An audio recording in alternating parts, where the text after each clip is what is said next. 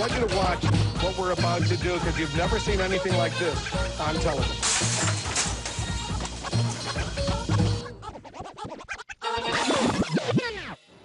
We're living in a time where deep philosophical thought is virtually absent from the media landscape, which is what makes Dr. Cornel West stand above the rest.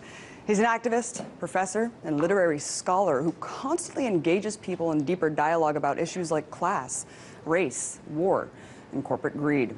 Earlier, I spoke with Dr. West, a professor of African American Studies at Princeton University and co-author of the book, The Rich and the Rest of Us. I first asked him about President Obama's budget plan, planning to gut social services, and why austerity is being forced on the poorest, while corporations are reporting record profits. And here's what he had to say.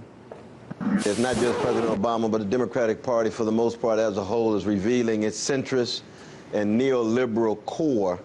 But by that, what I mean is they're still very much tied to big business, big money.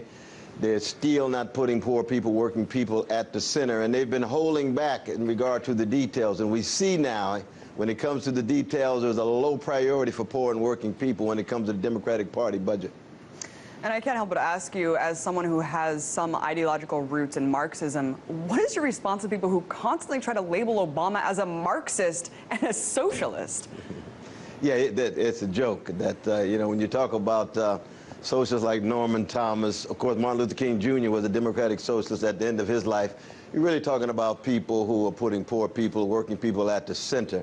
You get far right who called Obama a socialist, has nothing to do with his neoliberal and centrist practices, and he's so tied to oligarchs and plutocrats on Wall Street and other high places, so that it's a joke. It's pathetic.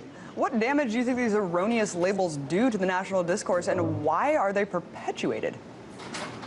Well, it just shows the low quality of public conversation. It's one of the things I like about RT, that you all are involved in serious reflection.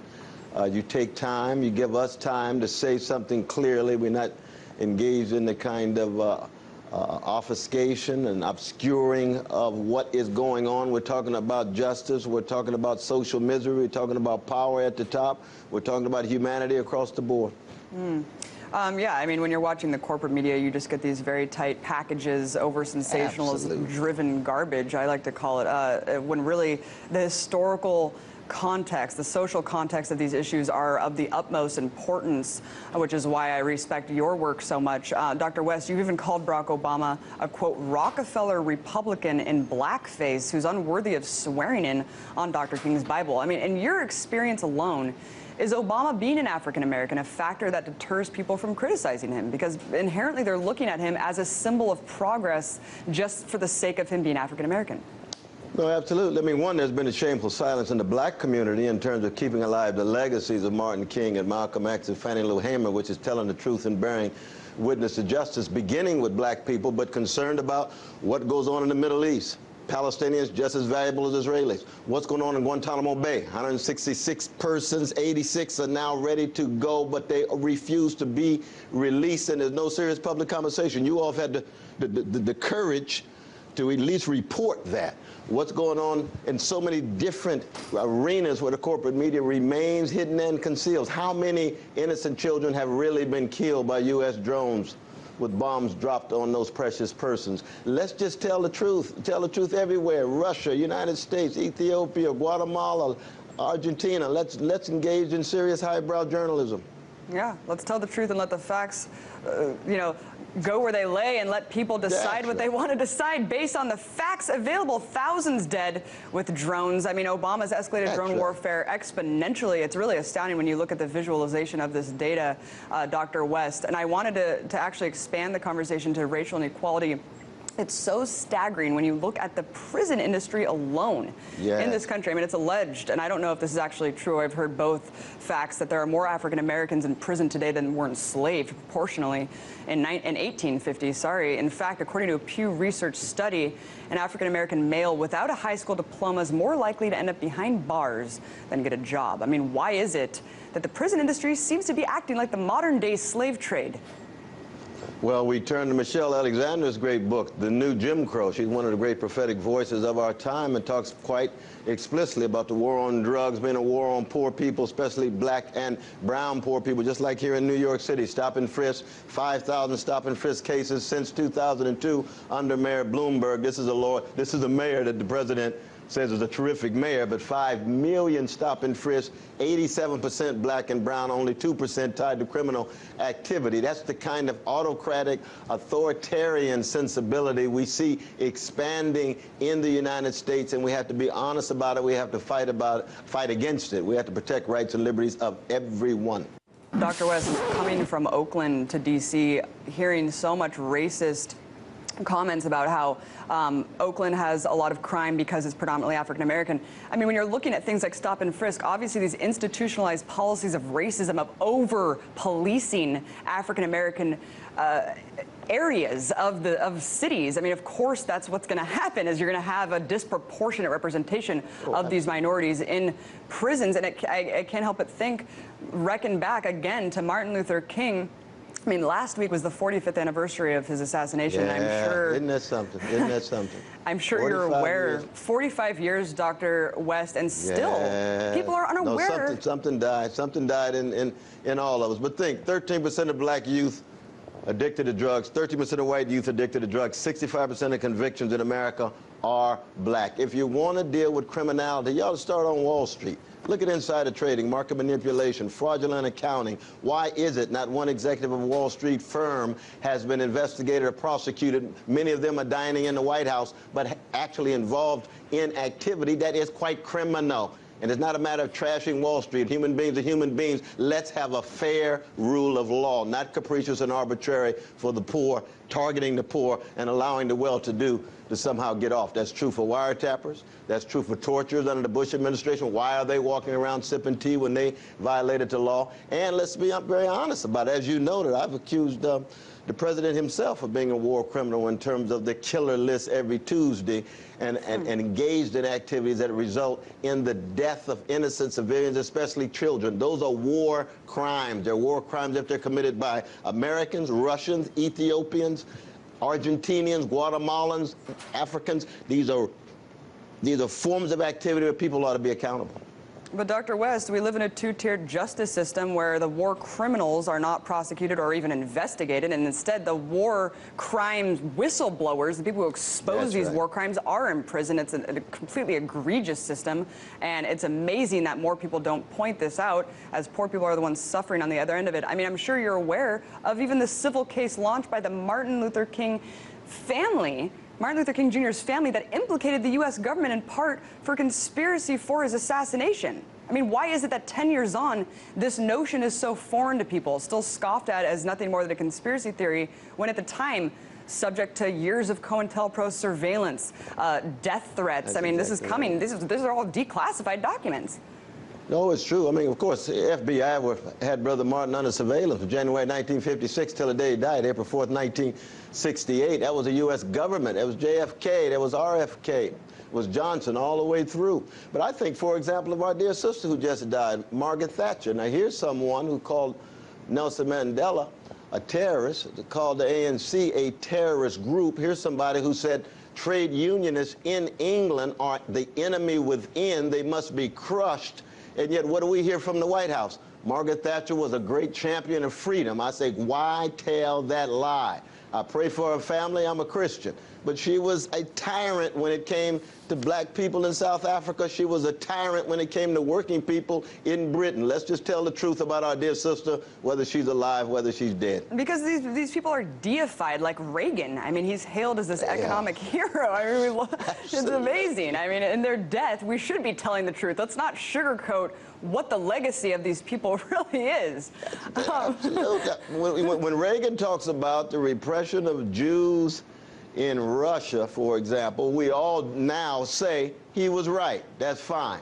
But when he engages in the marginalizing of black people and poor people in America, somehow that's irrelevant. We don't want to talk about it. We only want to talk about him, a defender of freedom vis-a-vis communism or the Soviet Union. We said, no, wait a minute. Let's be truthful across the board. Every person precious, whether they're in Russia, United States, or anywhere else. Well, Dr. West, when you're asking people to be truthful across the board, it forces them to face their own biases, their own prejudice. It's very difficult to do that. And let's talk about Occupy Wall Street.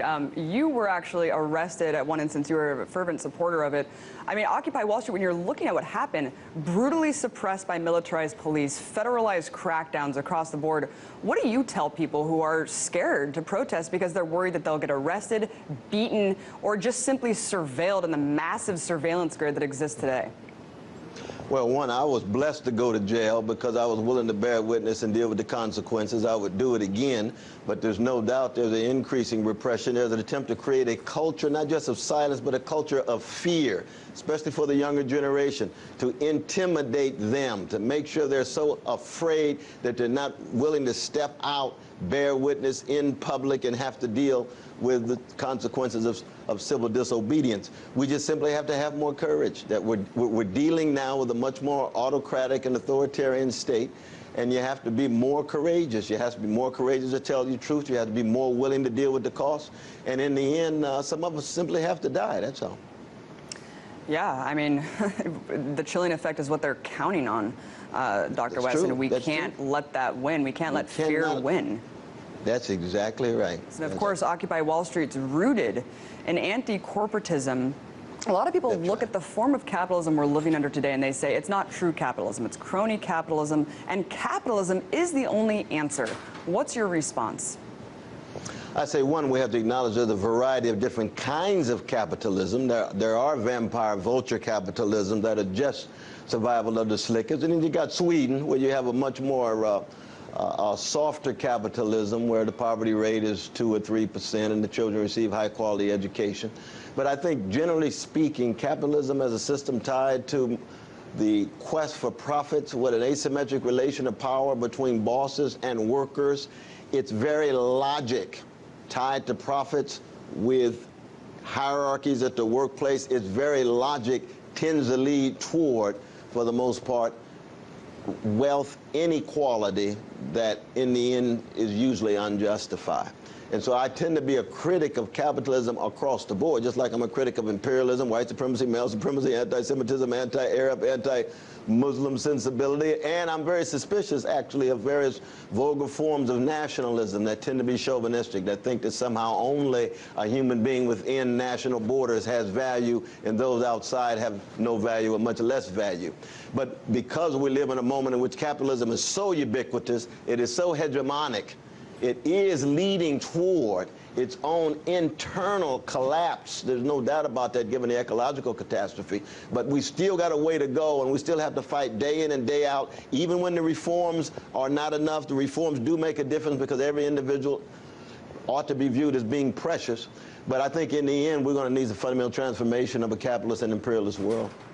Yes. I definitely think thinking of states as just nation states and not extending empathy across nation states is one of the biggest deterrents toward world peace, and also just global empathy and global consciousness. But aside from that, I mean, capitalism and imperialism seem to go hand in hand, where you have the global hegemon now encroaching on the last remaining independent states that are bucking the world system and crushing them and trying to destabilize them. And it worries me because, and what I want to get your opinion on is a system of conscious capitalism where the free markets harmonize with the planet instead of concentrating wealth very narrowly. Is this attainable? Well, I mean, we've got to believe that either it is or it's a regulative ideal that's worth fighting and dying for. It might be, of course, that the species as a whole just doesn't possess the moral and intellectual capacities to sustain itself on the globe, given the levels of greed and envy and resentment, but especially the power at the top. That could be a possibility. That takes us to art, that takes us to Samuel Beckett, it takes us to Chekhov, it takes us to John Coltrane and Toni Morrison and others. But in the end, we have to believe that we can make a difference, and therefore capitalism ought to be not just criticized, but we still ought to fight to fundamentally transform it. But this is true for patriarchy, this is true for homophobia, it's true for white supremacy, it's true for all of these various systems that lose sight of the humanity of other people. And we'll die struggling for these causes, Dr. West. And that's right, absolutely. And pass it on to the younger generation. Oh, yes. on the problems to them. Oh, yes, indeed, indeed. But you're right. I mean, I wouldn't be doing what I'm doing. You wouldn't be doing what you're doing if we didn't have faith that humanity could turn this around, that we could really come up on top and win over this global struggle. And I wanted to actually mention a podcast that you just had with Dr. Ron Paul, Congressman Ron Paul, which really does showcase how there's a lot that libertarians and leftists can agree on. We can unite on a lot of things against the establishment instead of having such a fragmented opposition. How can we focus more on this unification? Well, there are going to be a number of different coalitions and coming together that will surprise people, that Brother Ron Paul and Brother Rand Paul I come together with in terms of their defense of rights and liberties. The drones have been the focus of the 13-hour filibuster by Brother Rand Paul. I thought it was wonderful. I wish that he had talked about non-Americans as well as Americans, but at least the issue received a certain publicity and visibility. When it comes to Ron Paul, in the dialogue that we had, I come together with him and his powerful rejection of the Patriotic Act, his powerful rejection of the National Defense Authorization Act, where the president has the right to detain American citizens without due process, without a trial, without any judicial process whatsoever. That's the signs of an authoritarian state. Of course, the problem is my libertarian brothers and sisters, they are very sensitive to highly concentrated forms of power when it comes to the government, but they don't talk about the highly concentrated forms of power when it comes to corporations, the big banks, the oligarchs and plutocrats. Seems to me we have to have what the great Jane Austen called constancy. We have to have moral consistency. We ought to be critical of highly concentrated forms of power wherever we find it, because that kind of power is usually subject to chronic abuse, and it affects each and every human being, no matter where they are. And Dr. West, knowing this, I mean, taking all of this into account, I mean, the corporate takeover of government's clearly more apparent than ever before. Inequality is greater than ever before. What is the solution, I guess? Is it just to keep fighting within the system that we have and outside of the system that we have, and kind of conjoining the radical faction and the establishment faction to really try to make a difference? I mean, do you recommend a complete overhaul, ideally? Well, I think we have to be jazz-like, because I'm a jazz man. You have to be improvisational. You have to be flexible and fluid. You have to fight on the outside, bring pressure to bear. Then you have to fight with some progressive insiders who haven't sold their souls and been so thoroughly co-opted by position and wealth and power that they no longer want to tell the truth. There's some Bernie Sanders and others on the inside who want to tell the truth about corporate power. We need organizations, movements on the outside bringing pressure to bear. In the end, we do need a fundamental transformation. There's no doubt about that, but we've got a long way to go in that regard. The first moment is one of social motion, then you got social momentum, and if we can generate social movements, then we've got something. Absolutely. I can't see lobbyists stopping bribing on the Hill anytime soon. I definitely agree that we do need a fundamental transition and overhaul of the current system that we have. Dr. Cornel West, activist, author, professor, amazing to have you on. Thank you so much. Blessing. You stay strong, my dear sisters. Continue to be in the force for good you are. Thank you so much. I agree with Dr. West. We need to be working through all avenues that are available to us right now, inside and outside of the system, until there's an impetus for a revolution of values. And only when that happens can we seize the opportunity to implant the fundamental changes needed to move this country and the world toward a more equal, sustainable, and peaceful future.